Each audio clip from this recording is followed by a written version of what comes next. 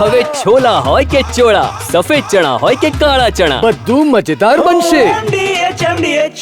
સમાચાર સુરતથી જ રાતોરાત મતદારો ગાયબ થવાની ઘટના પર સાંસદે હવે સવાલ પૂછવાનું શરૂ કર્યું છે. કોર્પોરેશન કમિશનર અને કલેક્ટરને પત્ર લખીને સાંસદે રજૂઆત કરી છે. બીએલઓ ગયા ત્યારે એક વિસ્તારમાં તાળા લાગેલા હતા. આ દાવો કર્યો મુકેશ દલાલે. મોટી સંખ્યામાં લોકો ઘરને તાળા મારી ગાયબ થઈ ગયા હતા.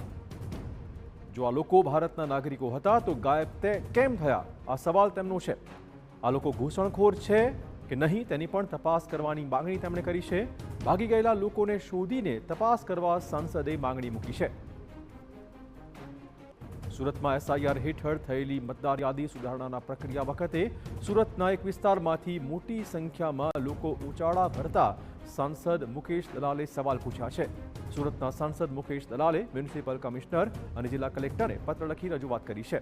રાતોરાત ગાયબ થયેલા મતદારોની તપાસ કરાવાય તેવી તેમણે માંગણી કરી છે.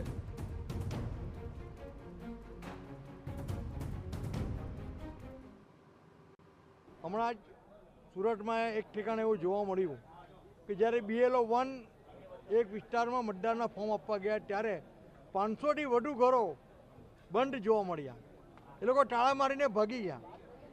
તો પ્રશ્ન એ ઉપસ્થિત થાય છે કે જ્યારે મતદારની નોંધણીની કામગીરી ચાલી રહી છે ત્યારે જ તમે લોકો ઘરને તાળા મારીને ભાગી કેમ ગયા?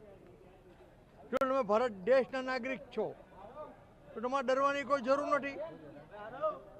અને જો ભારત દેશના નાગરિક નહીં હો તો તમે ગેરકાયદેસર રીતે આ દેશમાં રહેતા હતા, આ શહેરમાં રહેતા તે પ્રતિપાદિત થાય છે.